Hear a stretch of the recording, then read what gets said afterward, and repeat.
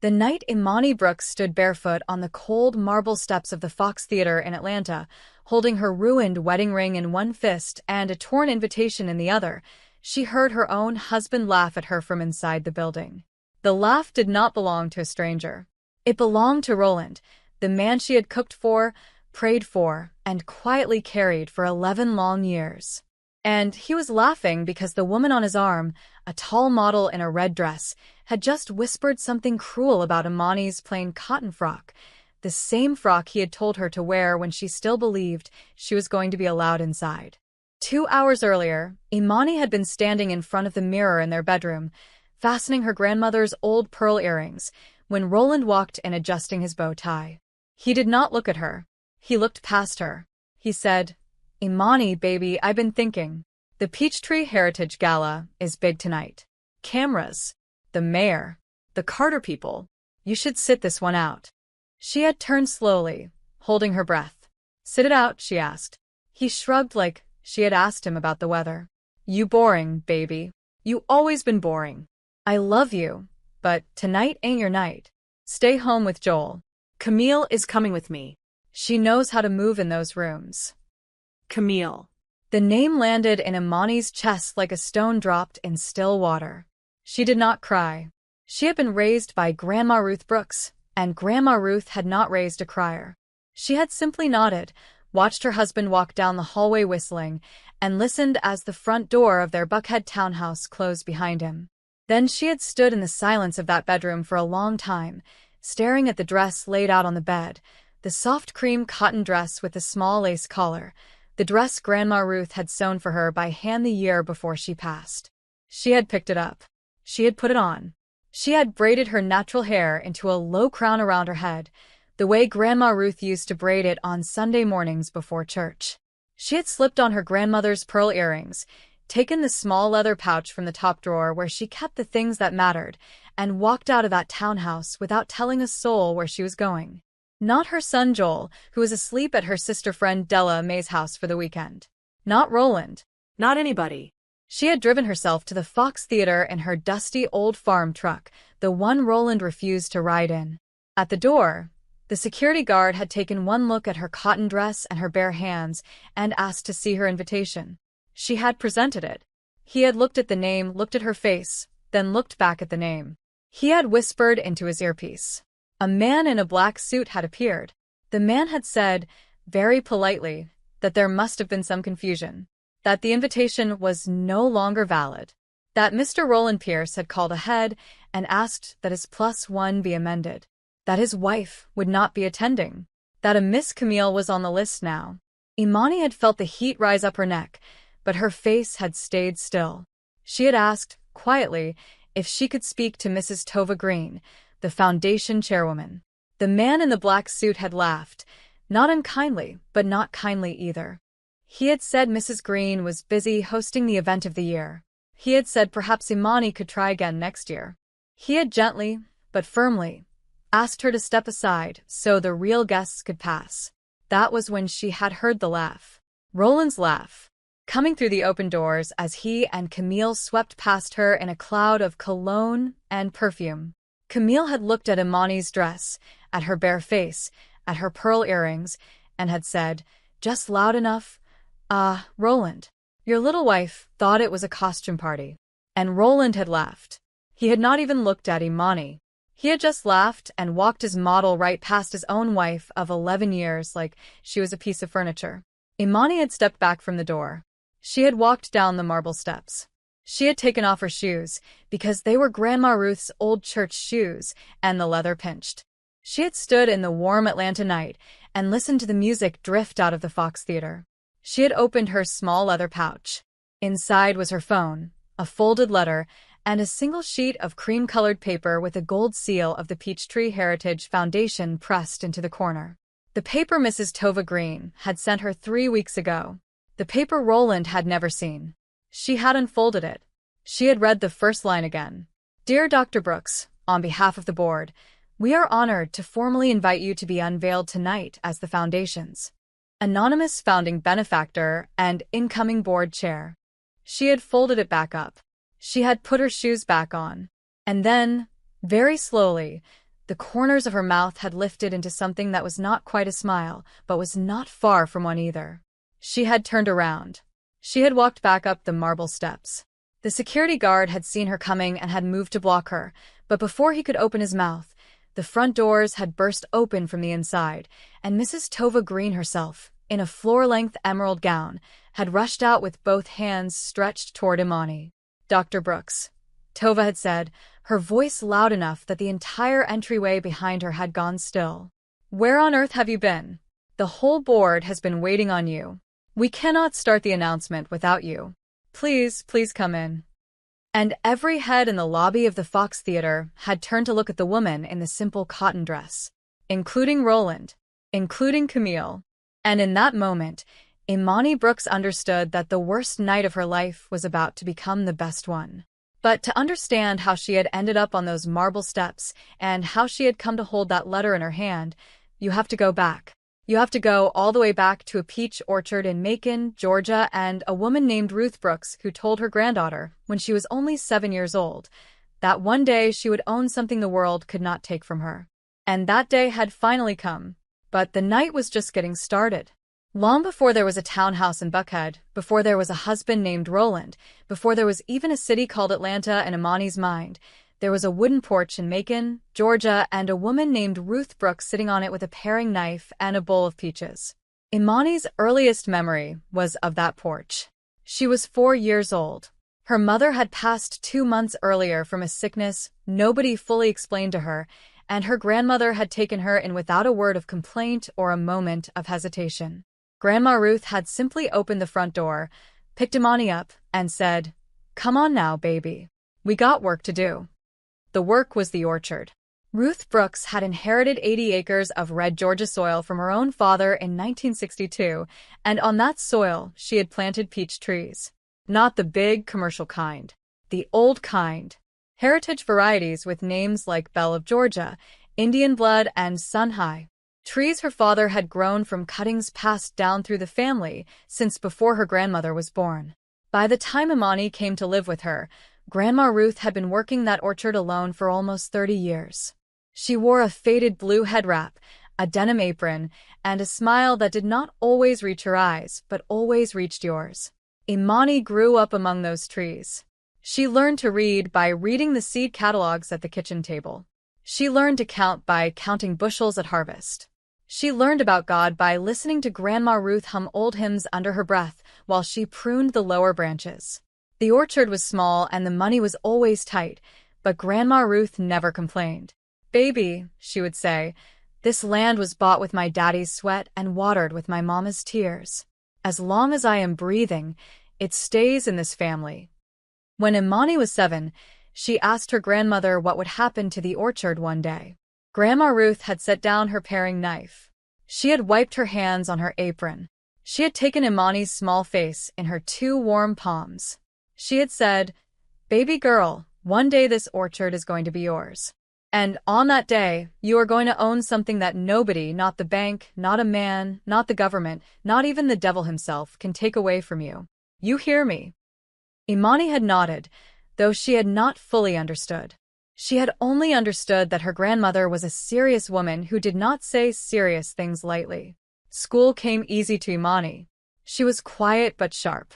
She finished top of her class at Central High in Macon, then went on to Spelman College in Atlanta on a full academic scholarship. She majored in economics. While the other girls in her dorm were going to step shows and homecomings, Imani was in the library reading about agricultural markets and soil chemistry and supply chain logistics. She wanted to know how a small orchard like Grandma Ruth's could survive in a world ruled by giant agribusiness. She wanted to know how a woman with 80 acres in Macon could matter. She went on to Emory for her PhD in agricultural economics. Her dissertation was about how Black-owned heritage farms in the American South could leverage scarcity and storytelling to compete with industrial producers. She wrote it late at night, in the library, drinking sweet tea from a thermos, while Grandma Ruth quietly battled cancer back home in Macon. Imani drove the 90 miles back to Macon every weekend. She would pull into the gravel driveway, find Grandma Ruth on the porch with her paring knife, and the two of them would sit and shell peas or peel peaches and talk about everything and nothing. Grandma Ruth passed the spring Imani turned 26. The funeral was small.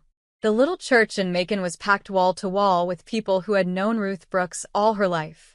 Sister Della Mae Whitfield, Ruth's best friend of 50 years, sat next to Imani in the front pew and held her hand through the entire service. After the burial, when the mourners had gone home and the casseroles had been put in the fridge, Sister Della Mae and Imani had walked out into the orchard together. The trees were in full bloom. The whole 80 acres smelled like sweet pink heaven. "Baby," Sister Della Mae had said, "your grandmama left you everything. The land, the house, the trees, the trucks, the recipes. She left it all to you. What you fixing to do with it?" Imani had stood very still. She had looked out across the rows of trees her great-grandfather had planted with his own hands. She had felt the warm Macon breeze move through her braids. She had thought about her grandmother's promise. Own something the world cannot take from you. She had turned to Sister Della Mae and she had said, very quietly, "Della Mae, I am going to build this into something Grandma Ruth would be proud of. And I am going to do it so quiet, nobody will even know it is me, until I am ready for them to know." Sister Della Mae had looked at her for a long moment. Then she had nodded once. "All right, baby. All right. I'm with you. What you need me to do." Imani had smiled. The first real smile since the funeral. "Stay. Run the orchard with me. Be my farm manager. I'll handle the business side from Atlanta. We do this together." Sister Della Mae had pulled her into a hug that smelled like peach cobbler and Sunday lotion. Together, baby. Together. That had been 12 years ago. 12 years of quiet, steady, careful work. 12 years of building Brooks Heritage Orchards into one of the most respected boutique fruit brands in the American South, all of it hidden behind a holding company nobody in Atlanta society had ever bothered to look up. 12 years of Imani driving back to Macon every weekend in her dusty old farm truck, while Roland Pierce, the husband she had met during her PhD program, told everyone at his real estate firm that his wife was just a sweet little stay-at-home wife who liked to garden. 12 years of Imani letting him say it. 12 years of being underestimated. 12 years that had been quietly building, day by day, toward the night she would finally step into the light. And now, somewhere between a marble step and a foundation chairwoman's outstretched hands, that night had finally arrived. Imani had met Roland Pierce in her last year of graduate school at Emory. She had been 28, exhausted, and quietly grieving the still-fresh loss of her grandmother. He had been 32, already 3 years into his career as a junior associate at a downtown Atlanta real estate firm, and he had walked into the campus coffee shop one rainy October afternoon looking, in her own words later, like a man who had decided what kind of life he wanted and was simply waiting for the right woman to walk into it. He had been charming in the beginning. There was no denying that. He had held doors. He had brought her flowers from the cart outside the MARTA station.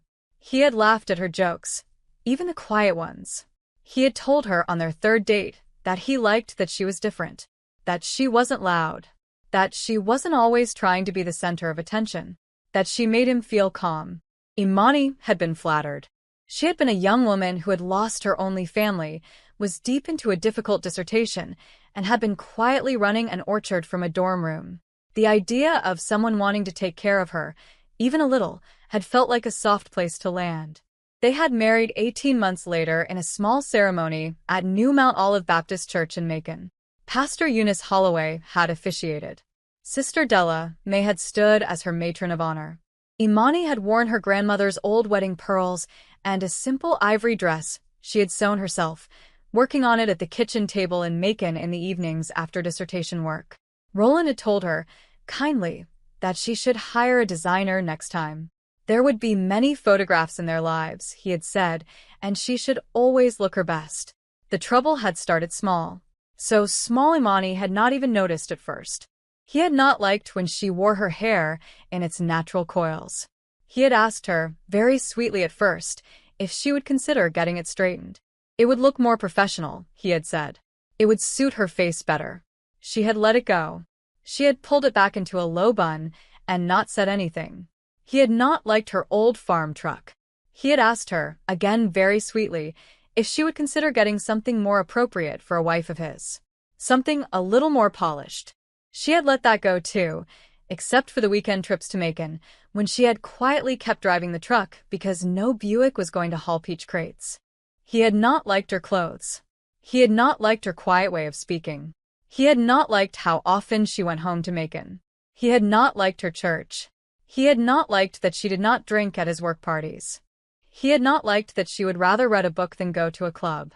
He had a list, it seemed, of all the small ways she did not measure up, and over the years that list had grown longer and longer, until one day Imani had realized, with the kind of clarity that only comes in a quiet kitchen at 2 in the morning, that her husband did not actually like her at all. He liked the idea of being married. He did not like her.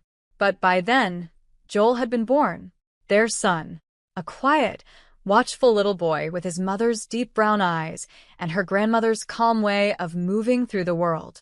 Joel had loved the orchard from the first time Imani took him there as a baby. He would sit on a quilt under the peach trees and watch the leaves move in the wind for hours. Sister Della May had said, holding him on her hip one summer afternoon, "This boy is Ruth Brooks come back around. Look at how still he is. Look at how he watches." And Imani, watching her son, had felt the strangest mix of joy and sorrow because she had known, even then, that the marriage was going to fail. She had simply not known when. Roland did not like the orchard. He had visited once, early in their marriage. He had walked the rows in a pair of expensive Italian loafers, gotten red Georgia dust on them, and never come back. He had told Imani that her little hobby was sweet, but that she should consider letting it go. The land, he said, would be worth more sold to developers. There was talk of new subdivisions out that way.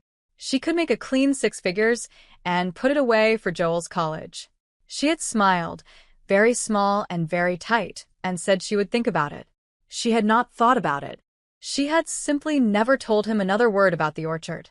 What she had not told him over the years was that the orchard was thriving, that she had launched a boutique brand called Brooks Heritage Orchards under a holding company in 2014, that her peaches, packed in handsome wooden crates with her grandmother's handwriting reproduced on the labels, were now sold in Whole Foods locations across 6 states, that her preserves were on the menu at 3 Michelin-starred restaurants in Atlanta, that Delta Airlines had a private contract with her for their international first-class meal service, that she had bought 120 additional acres adjacent to the original orchard, that she paid Sister Della May a 6-figure salary as farm manager, that she had a trust fund set up for Joel that would put him through any college he could imagine. None of it. He knew none of it. 3 weeks before the gala, a thick cream-colored envelope had arrived at Imani's Macon post office box. Inside had been a handwritten letter from Mrs. Tova Green, chairwoman of the Peachtree Heritage Foundation. The foundation, which funded heritage agriculture and Black-owned farms across Georgia, had been quietly funded for the past 8 years by an anonymous donor. That donor was Imani. Mrs. Green had recently discovered, through a chain of legal filings, who the donor actually was. The letter had asked Imani, very respectfully, to consider being unveiled at the annual gala as the foundation's founding benefactor and to step into the role of board chair. The letter had ended with a single line, "Dr. Brooks, the time has come for the world to know your name." Imani had folded the letter. She had carried it in her purse for 3 weeks, thinking. She had prayed about it on her knees, beside her bed. She had called Pastor Eunice Holloway and asked for counsel. Pastor Eunice had said, very gently, "Baby, the Lord does not give you a gift to hide it forever. There is a season to be hidden, and there is a season to be seen. Only you can know when one season ends and the next begins." Imani had hung up the phone. She had walked into her bedroom. She had laid the letter in the top drawer next to her grandmother's pearls. She had decided, that very moment, that she would attend the gala. She had not told Roland. She had not told anyone. And then, 3 days before the gala, Roland had walked into their bedroom adjusting his bow tie and told her she was too boring to go. The cream-colored letter had still been in the top drawer. He had still not known. And in the silence of that moment, Imani had felt her grandmother's voice rise up inside her, soft and clear. "The time, baby. The time has come.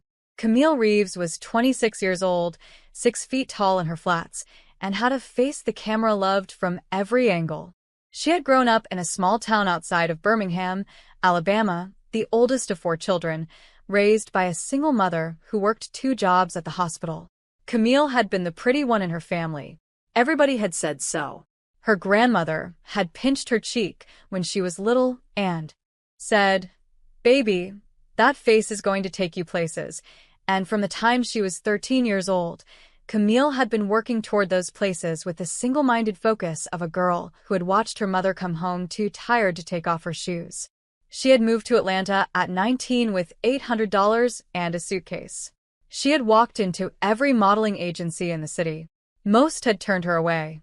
One had signed her. For 7 years she had hustled. Local catalog work, hair salon billboards, a few national campaigns. She had paid her bills, but only just. She lived in a 1-bedroom apartment in West End with 2 roommates. She sent half of every paycheck home to her mother in Alabama.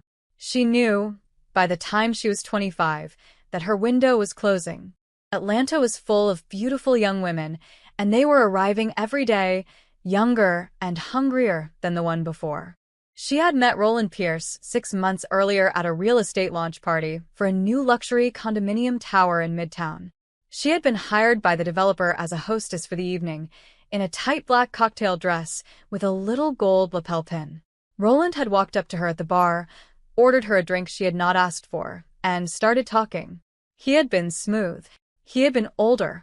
He had been married, and he had told her so right away, but he had said it with the casual air of a man who treated marriage like a sport coat he could take off when the weather was warm. Camille had not been impressed, but she had been tired and lonely, and curious about the kind of life a man like Roland could open a door to. They had started seeing each other quietly. Dinners in private rooms at restaurants in Sandy Springs. Weekend trips to Charleston that he billed as business travel. He had bought her things. A handbag from Phipps Plaza. A pair of earrings from a jeweler in Buckhead. He had told her that his wife was sweet but boring.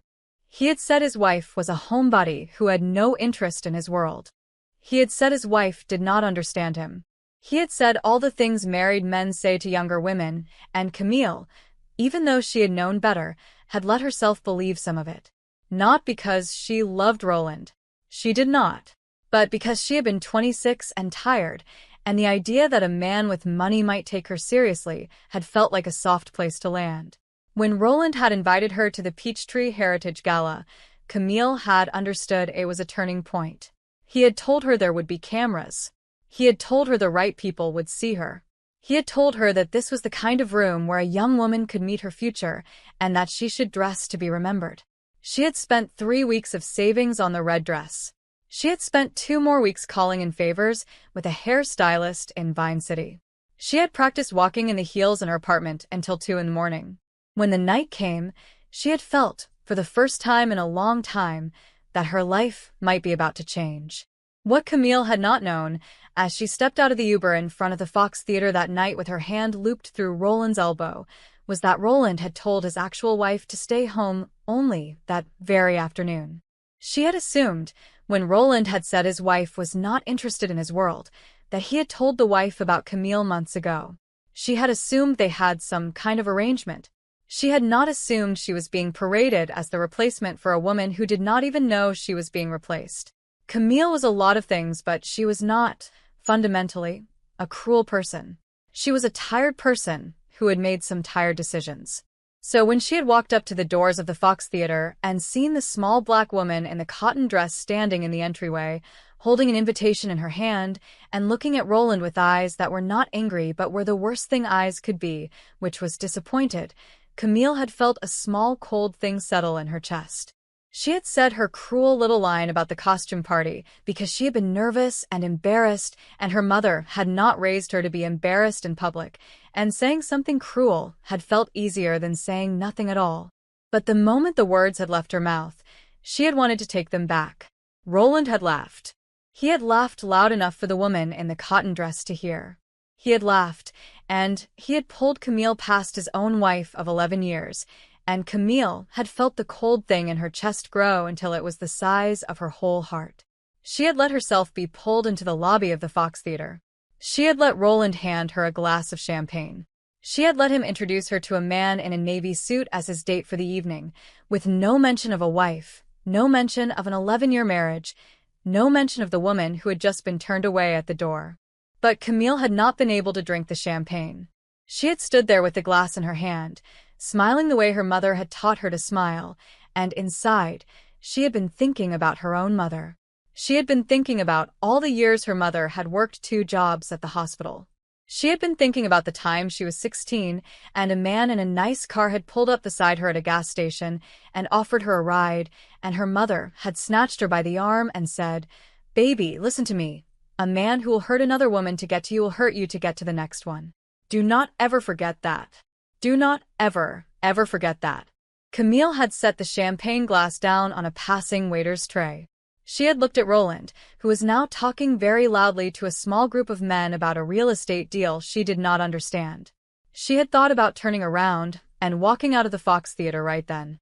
She had almost done it. And then the front doors had burst open, and Mrs. Tova Green, in her emerald gown, had come rushing past her, calling out a name Camille did not recognize. "Dr. Brooks. Dr. Brooks, where on earth have you been? The whole board has been waiting." Camille had turned, slowly, to watch Mrs. Green reach out for the woman in the cotton dress. The woman Roland had laughed at. The woman with the pearl earrings. The wife. And in that moment, Camille had known, with the terrible certainty of a girl who had watched her mother work too hard for too long, that whatever was about to happen in the lobby of the Fox Theater was going to be the kind of thing she would remember for the rest of her life. To understand how Mrs. Tova Green had come to be running across the lobby of the Fox Theater toward a small woman in a cotton dress, you have to go back 8 years, to a different night, and a different kind of letter. It was 2018, and Mrs. Tova Green had just been named chairwoman of the Peachtree Heritage Foundation. The foundation had been founded in 1971 by a group of old Atlanta families who wanted to preserve Georgia's agricultural heritage, but by 2018 the foundation had been struggling. Funds were low. The mission had grown tired. The grant programs for Black-owned heritage farms, which had been the foundation's original purpose, had been quietly defunded for nearly a decade. Mrs. Tova Green had been 45 years old that year, the youngest chairwoman in the foundation's history, and she had been determined to bring the original mission back to life. She had spent her first 3 months in the role writing grant proposals to every wealthy family in Georgia. She had been turned down by all of them. She had been sitting in her office on a Tuesday evening, the November rain falling on Peachtree Street outside her window, when her assistant had walked in with a single envelope. No return address. Inside had been a cashier's check for $200,000 and a single sheet of paper that read, "For the Heritage Farm Grant Program. Please do not attempt to identify the donor. There will be more." There had been more. Every 6 months for 8 years, an envelope had arrived. Sometimes $100,000. Sometimes 2. Once, after a particularly devastating hurricane had wiped out half the small farms in southwest Georgia, the envelope had contained a check for $1 million. Mrs. Tova Green had honored the donor's wish for anonymity. She had not investigated. She had not asked questions. She had simply used the money to do what the donor had asked her to do, which was to fund Black-owned heritage farms across the state of Georgia. And over those 8 years, the foundation had transformed. It had become one of the most respected agricultural foundations in the American South. Mrs. Tova Green had been written about in the New York Times. She had been invited to speak at the White House. And not once in 8 years had she known the name of the woman who had made it all possible. Until 3 months before the gala. A young lawyer at her firm had been doing routine due diligence on the foundation's finances and had stumbled, by accident, on a chain of holding companies. The lawyer had followed the chain, and at the end of it had been a single name, Dr. Imani Brooks, of Macon, Georgia, owner of Brooks Heritage Orchards. The lawyer had brought the file to Mrs. Tova Green. Mrs. Tova Green had sat at her desk for a long time. She had read the file twice. She had looked up Dr. Imani Brooks online. She had found almost nothing. A single old photograph from a Spelman alumni newsletter. A short bio on a soil science conference website. No social media. No press. No nothing. And yet this woman had quietly given the foundation more than $7 million over 8 years. Mrs. Tovagreen had picked up the phone and called the number listed in the file. A woman had answered on the second ring. Brooks Heritage Orchards, this is Imani speaking. Mrs. Tovagreen had introduced herself. There had been a long pause on the other end of the line. Then Imani had said, very quietly, I assume you found me. Mrs. Tovagreen had said, yes, ma'am. I found you, and I would like to drive down to Macon this weekend if you would allow me to meet you in person. Imani had said yes. That Saturday, Mrs. Tovagreen had driven the 90 miles to Macon and had sat on the same wooden porch where Grandma Ruth Brooks had once peeled peaches and had listened to Imani tell the story of her life. Imani had told her about her grandmother, about the 80 acres, about the heritage varieties, about the dissertation, about the holding company, about the slow, patient years of building the orchard into a brand, about her son Joel. She had not told Mrs. Tovagreen about Roland. Not at first. Mrs. Tovagreen had asked, near the end of the afternoon, why Imani had stayed hidden for so long. Imani had been quiet for a moment. Then she had said, because my grandmother told me that one day I would own something nobody could take from me. And I needed to be sure I had truly built it before I let anyone know it existed. Mrs. Tovagreen had nodded. She had understood. They had talked, then, about what would come next. Mrs. Tovagreen had asked Imani if she would consider stepping out of the shadows. The foundation, she had said, was at a turning point. It needed a public face, a real leader. It needed someone whose own life embodied the mission. It needed her. And Imani had said, I will think about it. I will pray about it. I will let you know. 3 weeks later, the cream-colored envelope had arrived at her Macon post office box. In the weeks leading up to the gala, Imani had wrestled with the decision the way her grandmother had taught her to wrestle with hard things. On her knees, in her kitchen, in long quiet walks through the orchard. She had talked to Pastor Eunice Holloway. She had talked to Sister Della Mae. She had even talked to little Joel in her own simple way, asking him if it was all right if Mama was on the news sometimes. Joel had looked up from his coloring book and said, Mama, are you going to be famous? And she had said, no, baby. I am just going to stop being invisible. And Joel had nodded gravely and said, okay, Mama. I think that is a good idea. What she had not done in any of those weeks was tell Roland. She had thought many times about telling him. She had thought about how it might change things. She had thought about how he might react.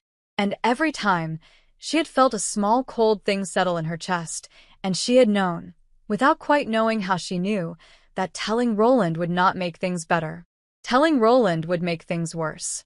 Telling Roland would mean handing him a piece of her grandmother's legacy, and she had promised her grandmother, on that wooden porch when she was 7 years old, that she would not hand the orchard to anyone who did not love it.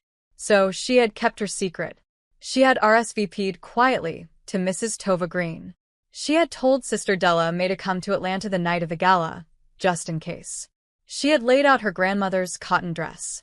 She had pressed her grandmother's pearl earrings. She had folded the cream-colored letter and placed it in her small leather pouch.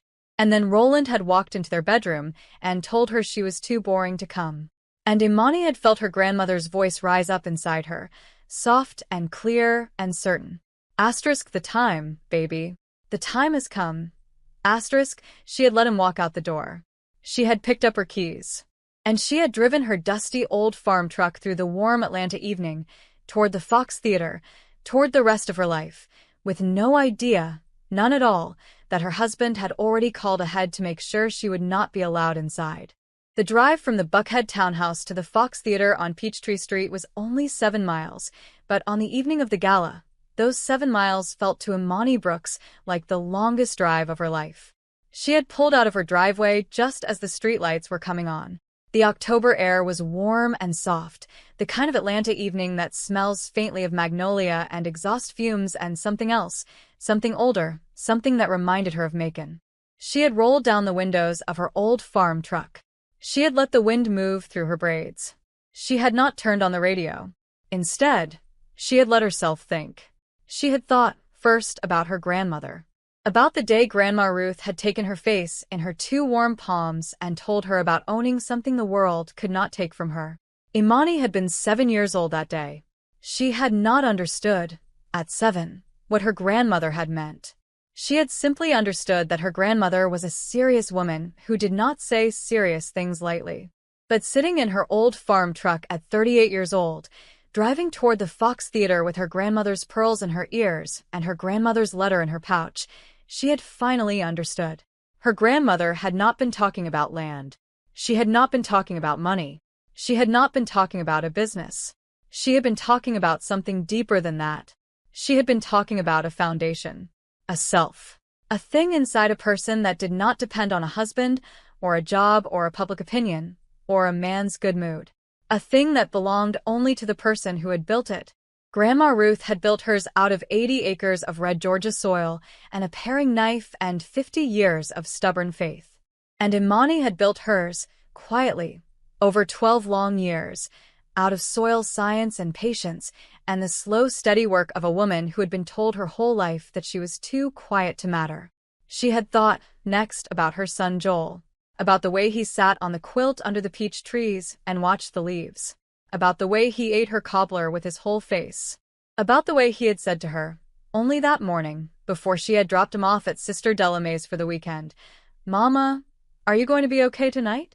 She had crouched down in the driveway to look him in the eyes. She had said, "Baby, I am going to be just fine. Why do you ask?" And Joel, 8 years old with eyes too old for his face, had said, "Because Daddy was being mean to you again at breakfast. And I did not like it." Imani had felt something break, very quietly, in her chest. She had pulled her son into her arms. She had said, "Joel, you listen to Mama. Mama is not going to let anyone be mean to her anymore. Mama is done with that. Mama is going to be the kind of woman you will be proud to call your mama for the rest of your life. You hear me?" Joel had nodded against her shoulder. He had said, very small, "I am already proud of you, Mama." And Imani, on her knees in the driveway, had cried for the first time in a very long time. Just for a moment. Just enough to wash something old out of her chest. Then she had wiped her face, put Joel in the car, and driven him to Sister Delamay's.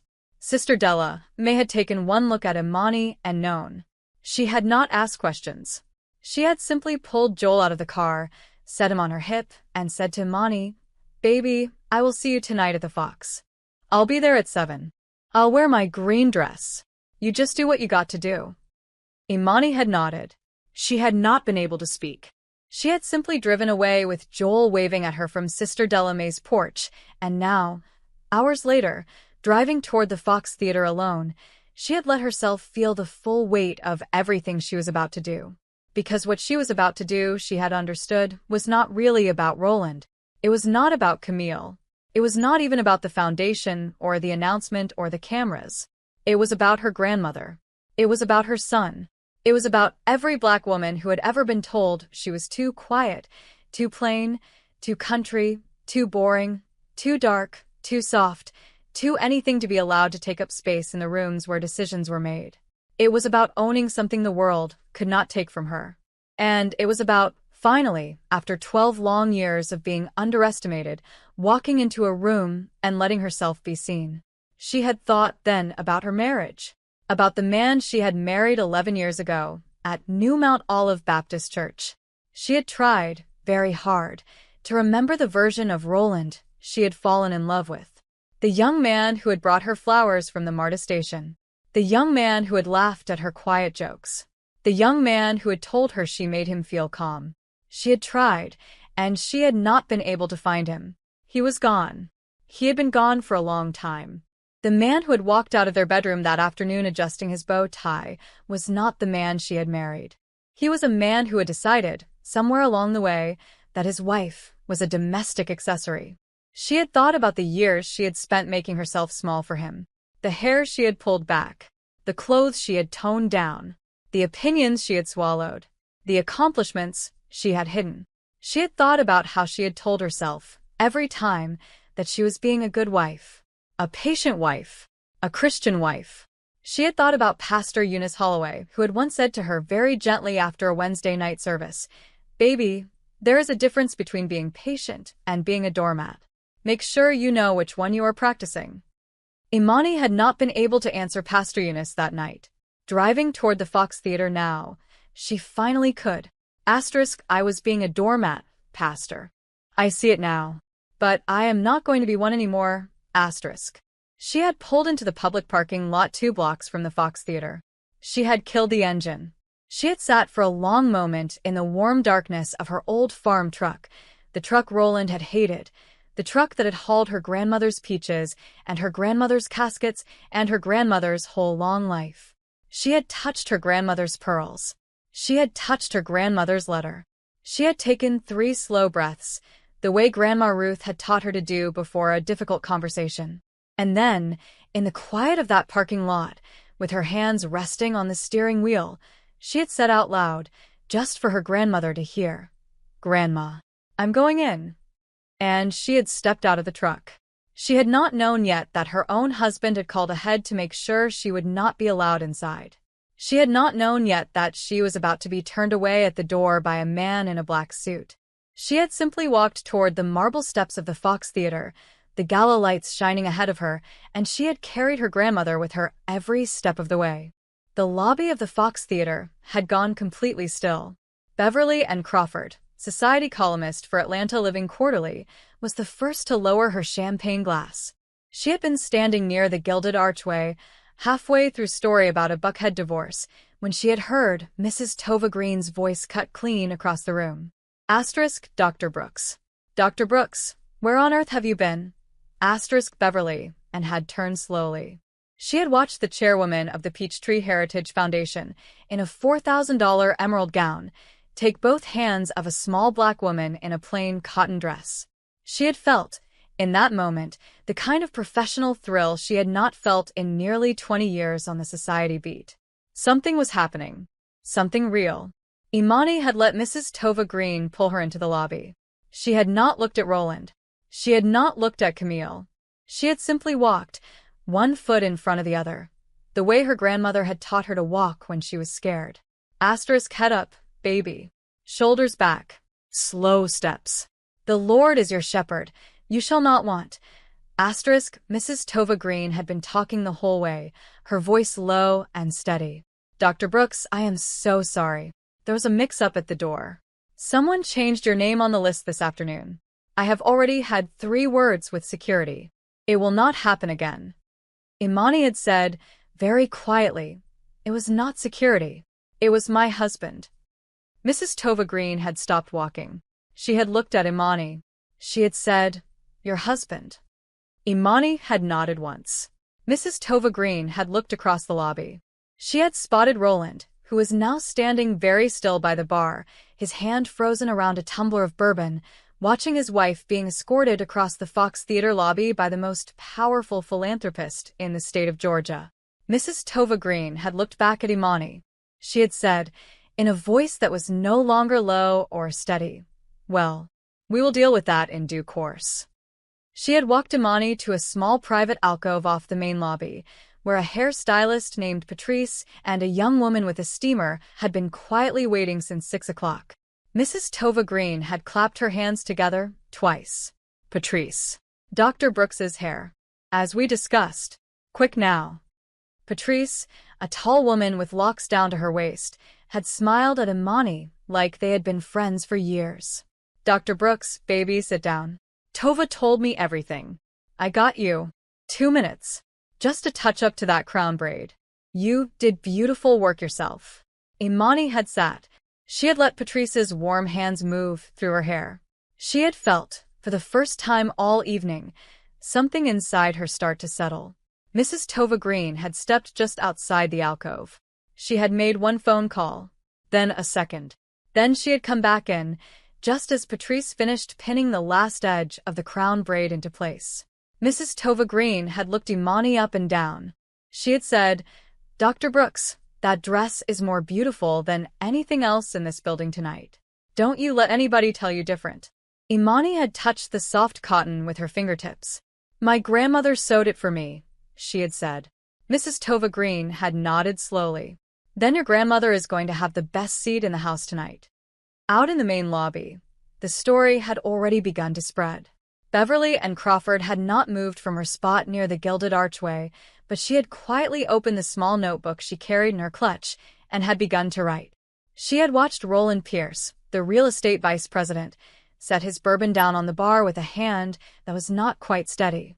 She had watched the model in the red dress take one step away from him, then another.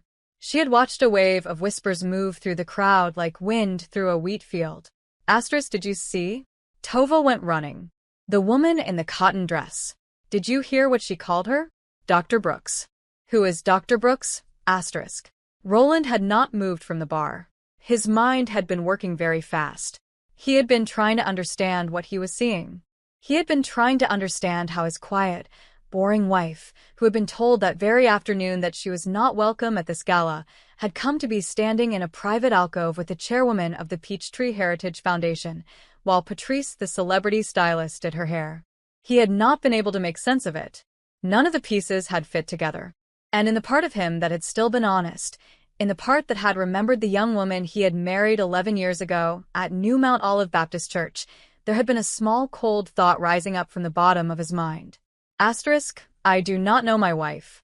I have never known my wife. Asterisk. Camille had stepped fully away from Roland by then.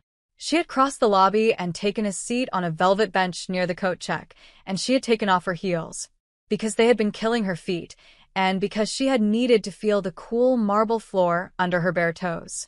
She had watched the woman in the cotton dress emerge from the private alcove on Mrs. Tova Green's arm.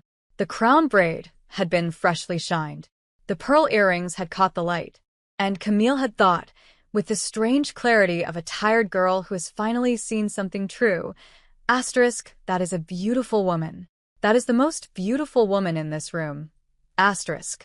At 7:15, Sister Della Mae Whitfield had walked through the front doors of the Fox Theater in her good green dress, with her good purse on her arm, and had walked straight past the security guard, who had taken one look at her face and decided not to ask any questions. Sister Della Mae had spotted Imani across the lobby. She had walked, with the slow, steady, unhurried walk of a 66-year-old black woman who had raised 4 children, buried a husband, and run an orchard with her best friend's granddaughter for 12 years, straight up to Imani and Mrs. Tova Green. She had taken Imani's free hand. She had squeezed it. She had said only, "I'm here, baby." Mrs. Tova Green had checked her wristwatch. She had looked at Imani. She had said, "Dr. Brooks, we need to take our seats. The dinner is about to be served. The announcement comes at 9. Are you ready?" Imani had taken a slow breath. She had felt Sister Della Mae's hand in her left hand, warm and steady. She had felt the cream-colored letter in her small leather pouch, pressed against her hip.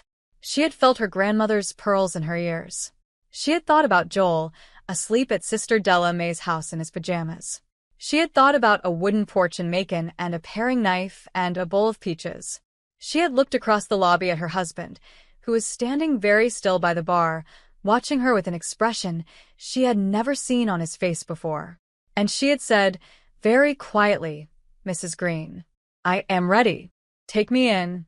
The grand ballroom of the Fox Theater held 700 people that night. The tables were dressed in deep peach and gold. The centerpieces were small wooden crates of heritage peaches, although not one person in the room had yet realized why. The ceiling was painted to look like a starlit Egyptian sky, the way it had been since 1929, and the soft uplights along the walls made the room glow like a warm dream. At 7:30, the 700 guests took their seats. The mayor of Atlanta sat at table 3. 2 members of the Carter family sat at table 5. Roland Pierce had been assigned to table 42, near the back, with Camille. Imani Brooks had been assigned to the head table, table 1, beside Mrs. Tova Green. Roland had not understood his table assignment when the printed cards had been distributed. He had been promised, when he had bought the tickets 6 months earlier, a prime seat. He had paid $5,000 per plate. He had been told he would be near the mayor. Instead, he had been moved to a table by the rear entrance, beside a couple who owned a small chain of dry cleaners in Decatur. Camille had not minded. Camille, in fact, had quietly excused herself from table 42 5 minutes after sitting down and had gone to the ladies' room. She had not returned. By the time the salad course was served, Roland was sitting at table 42 by himself. At the head table, Imani had eaten her dinner slowly. She had answered Mrs. Tova Green's questions in her soft, careful way. She had been introduced to a dozen people whose faces she would not remember by the end of the night. She had let Sister Delamay, who had been quietly upgraded to the head table by Mrs. Tova Green's intervention, hold her hand under the tablecloth whenever the room got too loud. She had not looked at table 42. Not once. She had not needed to. She had felt her husband watching her from the back of the room, and she had simply, for the first time in her marriage, not cared. At 8:45, Mrs. Tova Green had stepped to the podium at the front of the ballroom. The chandeliers had dimmed. A single warm spotlight had found her. She had welcomed the guests. She had thanked the foundation board. She had given the brief, gracious remarks that the foundation's chairwoman always gave at the annual gala. And then, at exactly 9 o'clock, she had paused. She had set down her note cards. She had looked out at the 700 upturned faces. And she had said in her steady, beautiful voice, "Ladies and gentlemen, tonight, the Peachtree Heritage Foundation has a story to tell you. A story that has been hidden for 8 years. And tonight, with the permission of the woman at the heart of it, we are finally going to tell it." The room had gone quiet. Mrs. Tova Green had begun. She had told them about the foundation's struggles in 2018. She had told them about the rainy November Tuesday when the first anonymous envelope had arrived. She had told them about the cashier's check for $200,000. She had told them about the 8 years of envelopes that had followed. She had told them about the $7 million. She had told them about every grant the foundation had been able to make because of those envelopes. The young farmer in Albany, Georgia, who had saved his family's pecan orchard. The widow in Sapelo Island, who had preserved her family's Sea Island cotton. The brothers in Cordial, who had revived their grandfather's watermelon farm. One after another, the stories had rolled out across the room. The 700 guests had not moved. The waitstaff had stopped clearing plates. The cameras at the back of the room had quietly turned themselves on. Beverly and Crawford had been writing so fast in her notebook that her hand had cramped. At the head table, Imani had been sitting very still. Sister Della May had still been holding her hand under the tablecloth. Mrs. Tova Green had told the room, finally, that 3 months ago, the foundation had discovered the identity of the anonymous benefactor.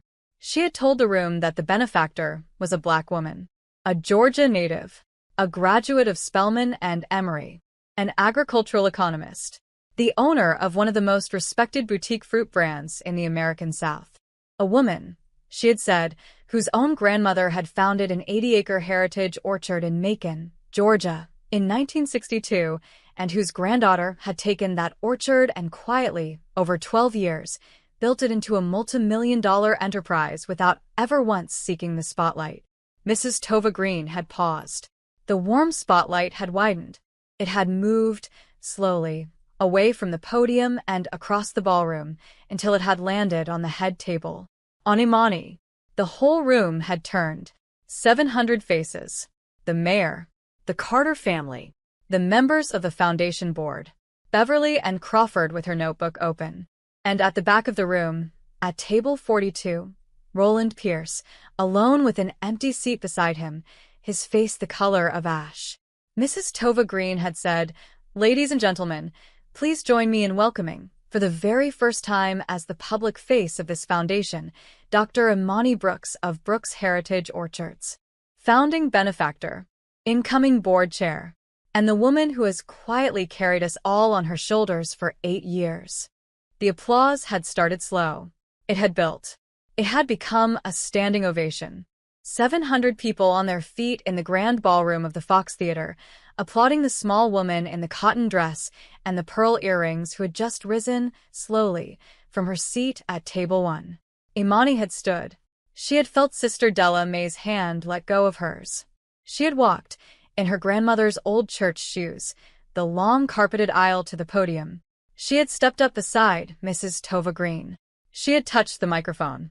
She had looked out at the 700 faces.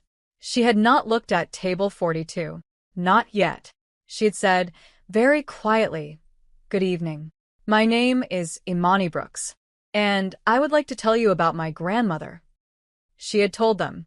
She had told them about Ruth Brooks and the 80 acres, about the paring knife and the bowl of peaches, about the wooden porch, about the day a 7-year-old girl had been promised something the world could not take from her.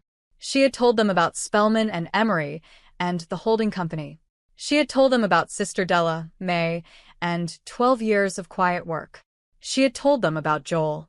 She had told them why she had stayed hidden. Because she had said her grandmother had taught her that there was a season to be hidden and a season to be seen, and that only the woman in the mirror could know when one season ended and the next began. She had finished. She had stepped back from the podium. The applause had risen again, louder this time, full of something that was not just admiration but something deeper, something that felt to Beverly and Crawford, in her 35 years on the society beat, like the entire city of Atlanta had just witnessed the birth of a new kind of leader.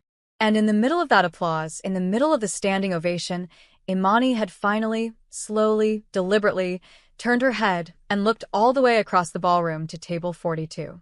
To her husband, sitting alone, his hand still frozen around his second tumbler of bourbon, his face the color of old paper. And she had looked at him for one long, quiet moment. And then she had turned her face away. The applause in the grand ballroom of the Fox Theater had not stopped for nearly 3 minutes. People had risen from their tables and crossed the room to shake Imani's hand. The mayor of Atlanta had crossed the floor in his black tuxedo and had asked her, with a grin, when she would come to dinner at the mansion. 2 members of the Carter family had introduced themselves. A reporter from CNN had pressed a business card into her palm. Beverly and Crawford had asked, very politely, for an exclusive sit-down on Monday morning.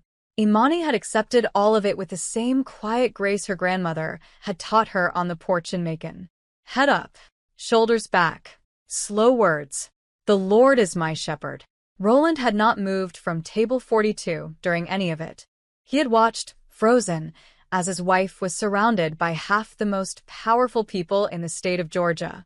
He had watched, frozen, as a young woman in a CNN polo took down notes. He had watched, frozen, as Beverly and Crawford handed Imani a business card. And somewhere in the middle of all that watching, his mind had finally, fully, caught up to what was happening. Brooks Heritage Orchards. The peaches at every centerpiece. The wooden crates, with his wife's grandmother's handwriting. He had eaten those peaches at fundraisers for years. He had not known. He had never bothered to know. At 10:15, when the crowd around Imani had finally begun to thin, Roland had stood up from table 42. He had crossed the carpeted floor of the grand ballroom on legs that did not quite belong to him. He had reached his wife just as Mrs. Tova Green was discreetly stepping aside to give the couple a moment of privacy. He had stopped in front of Imani. He had looked at her for a long moment. He had opened his mouth to speak. And before he could get a single word out, Imani had said, very quietly, "Roland, not here, not now." She had said it without anger. She had said it the way a mother says no to a child reaching for a hot stove. Roland had closed his mouth. Sister Della May, who had appeared at Imani's elbow as if by magic, had said, "Brother Roland, you can call my office Monday morning. There are some papers you need to sign." She had said it like she was offering him a piece of pound cake. Then she had taken Imani by the arm and had walked her, gently and firmly, away. Roland had stood in the middle of the ballroom by himself, holding his empty tumbler, while the woman he had called boring earlier that afternoon walked off into a crowd of admirers, leaving him with nothing in his hand but a glass. Camille had not come back to the gala. She had taken an Uber from the Fox Theater to her apartment in West End. She had paid the driver with money she did not really have. She had walked into her apartment in her red dress and her painful heels. She had taken off the heels in the doorway. She had walked into her bedroom. She had sat on the edge of her bed. And then, for the first time since she was 16 years old, she had picked up her phone and called her mother. Her mother had answered on the 3rd ring. Camille had said, "Mama, I made a mistake. I made a real bad mistake. And I want to come home for a while." Can I come home? Her mother had said, "Baby, you come home tomorrow. You come home, and you stay as long as you need." Camille had cried into the phone for 10 minutes. Then she had washed her face. She had packed a small bag. She had set her alarm for 7 in the morning. And she had decided, in the quiet of her West End apartment, that she was done being the woman a married man took to galas. She was just done. At 11 o'clock, the gala had begun to wind down. The dessert plates had been cleared. The band had played its last song. The 700 guests had drifted toward the lobby for valet. Imani had said her goodbyes. Mrs. Tova Green had pressed a long, warm hug around her shoulders and had whispered, "Dr. Brooks, this is just the beginning. You and I have work to do. I will call you Monday." Imani had nodded. She had walked, with Sister Della May on her arm, toward the front doors of the Fox Theater. The same front doors where she had been turned away 4 hours earlier. The security guard who had stopped her had been waiting at the door. He had been holding his hat in his hands. He had said, "Dr. Brooks, ma'am, I am so sorry. I did not know. I did not know." Imani had stopped. She had looked at him. She had said, "Brother, you were doing your job. Don't you carry that with you. You go home, and you hug your children. We are square." The security guard had nodded. There had been tears in his eyes. He had held the door open for her. Outside on the marble steps, the warm Atlanta night had folded itself around her. The streetlights had been glowing soft and gold.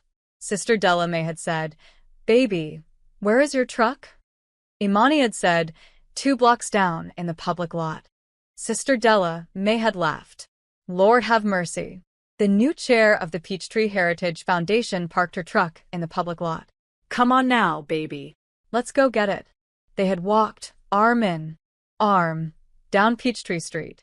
Beverly and Crawford had watched them go from the lobby window and had thought, that is the photograph. That is the photograph for the cover. And on Monday, when she had filed her story, that was indeed the photograph that had run on the cover of Atlanta Living Quarterly, and that had been picked up by the Atlanta Journal-Constitution, and by NPR, and by the Washington Post. The new chair of the Peachtree Heritage Foundation walking down Peachtree Street arm in arm with her 66-year-old farm manager, both of them laughing in the soft October night. Roland had not gone home to the Buckhead townhouse that night. He had checked into a hotel on Spring Street. He had sat on the edge of the hotel bed for a long time. He had thought about calling Camille. He had not. He had thought about calling his mother, Mrs. Henrietta Pierce, who lived in a brownstone in Inman Park. He had not done that either. He had thought about Imani. He had thought about the way she had looked at him from the podium. He had thought about the way she had said, Roland. Not here. Not now. And somewhere in the small hours of the morning, sitting alone in that hotel room on Spring Street, Roland Pierce had finally understood, with the kind of cold clarity that comes only when a man has lost something he did not know he had, that he had been married to a remarkable woman, and that he had spent 11 years failing to see her. At 3 in the morning, his phone had buzzed. A text message from a number he did not recognize. He had opened it. It had been from his mother, Mrs. Henrietta Pierce. The text had read, "Son. Your Aunt Yolanda called me at midnight. The whole family has seen it. I have seen it. We will talk on Sunday. But I want you to know before we talk that I am ashamed of how you have treated that girl. Your grandmother and I raised you better. You go and you make this right however you can. But you understand, Roland, that what happened tonight has been a long time coming, and your wife does not owe you a thing." Roland had read the message twice. He had set the phone face down on the nightstand. And in the dark of that hotel room on Spring Street, Roland Pierce had cried for the first time since he was 9 years old. He had cried for a long time. And as the first soft gray light had come in through the hotel window, he had begun, very slowly, to understand what he was going to need to do. Sunday morning had come soft and clear over Macon, Georgia. The peach trees in the orchard had been heavy with the last of the late-season fruit. The October air had been cool and sweet. Imani had woken up in her grandmother's old farmhouse just after 6, with the sun coming through the lace curtains and Joel asleep on the bed beside her in his Spider-Man pajamas. Sister Della May had been already up, downstairs in the kitchen, frying bacon. The whole house had smelled like home. The Atlanta Gala, in the soft morning light, had felt like something that had happened to somebody else, in another life, very far away. But it had happened. The proof had been on the front page of every newspaper in Georgia. Imani's phone had been buzzing on the bedside table since Saturday afternoon. Reporters, foundation board members, an old professor from Emory, a producer from the Today Show, a pastor from a small church in Albany who had received one of the foundation's grants and had wanted to say thank you. Imani had not answered any of it. She had been doing what her grandmother had always done after a hard week. She had been resting. She had been with her boy. She had been in her own kitchen, in her own house, in her own orchard. The rest could wait until Monday. Joel had woken at 7:30. He had blinked at his mother with sleepy brown eyes. He had said, "Mama, Sister Della May says you are famous now." Imani had laughed. She had pulled him close. She had said, "Baby, I am not famous. I am just doing the work your great-grandmama left me. That is all. You hear me?" Joel had nodded. He had thought about it. He had said, "Mama, can we go look at the trees today? I want to see if the new ones are blooming." There had been a new section of the orchard that Imani had planted the previous spring, 20 young trees of a heritage variety that had not yet been named. Imani had been waiting to name them. She had not known, for a year, what she wanted to call them. After breakfast, she had taken Joel by the hand, and they had walked together out to the new section. The young trees had been small and green and full of promise. Joel had moved among them carefully, the way he had been taught to move among trees by Sister Della May since he was old enough to walk. He had stopped in front of one of the trees. He had said, "Mama, what are you going to call them?" Imani had looked at her son. She had looked at the trees. She had thought about her grandmother and about the cotton dress and about the marble steps of the Fox Theater and about the moment Mrs. Tova Green had taken her by both hands. She had crouched down beside Joel. She had said, "Baby, what do you think we should call them?" Joel had been quiet for a moment. Then he had said, "Mama, I think we should call them the Ruth Peach, after great-grandma." Imani's eyes had filled. She had nodded. "Joel, that is exactly what we are going to call them. The Ruth Peach. The Brooks Heritage Ruth Peach. The very first ones to ever be sold under your great-grandma's name." Joel had reached out and had patted the small tree gently, the way Sister Della May had taught him to greet a young plant. "Hi, great-grandma. I am Joel. I am going to take good care of you." On Monday morning, Imani had driven to Atlanta to meet with Mrs. Tova Green and the foundation board. She had been formally seated as board chair. She had set out, in her quiet way, a 5-year plan for the foundation. New grant programs for first-generation Black farmers. A scholarship fund at Spelman College for women studying agricultural economics. A youth program that would bring inner-city schoolchildren to heritage farms across Georgia. The board had voted to approve all of it. Mrs. Tova Green had walked her to her truck after the meeting. She had said, "Dr. Brooks, I have been waiting 8 years to work with you in the light. I cannot wait to see what we build." Imani had hugged her. She had said, "Mrs. Green, my grandmother would have loved you. She really would have." Mrs. Tova Green had cried a little. Then she had laughed at herself for crying, and they had hugged again. On Tuesday afternoon, Roland had come to the Buckhead townhouse with a small overnight bag and a key. He had walked through rooms that had felt, suddenly, like they had never been his. He had packed his clothes. He had not taken anything else. He had left the wedding photographs on the mantel. He had left the small wooden carving Imani had brought back from a soil science conference in Ghana 3 years ago. He had left his ring on the kitchen counter, beside a folded note. The note had said, "Only, I am sorry. I will not contest the divorce. I will take care of Joel for as long as he wants me to. I will be a better father than I was a husband. You deserve everything that is coming to you, and I am sorry it did not come from me." Imani had read the note when she had come home that evening. She had folded it. She had not cried. She had simply put it in the top drawer next to her grandmother's pearls, where she kept the things that mattered. On Wednesday morning, Mrs. Henrietta Pierce had called. She had asked, in a voice that had been small for a woman who was usually anything but, if she could come to Macon that weekend, to see her grandson Joel, and to apologize to her daughter-in-law. Imani had been quiet for a moment.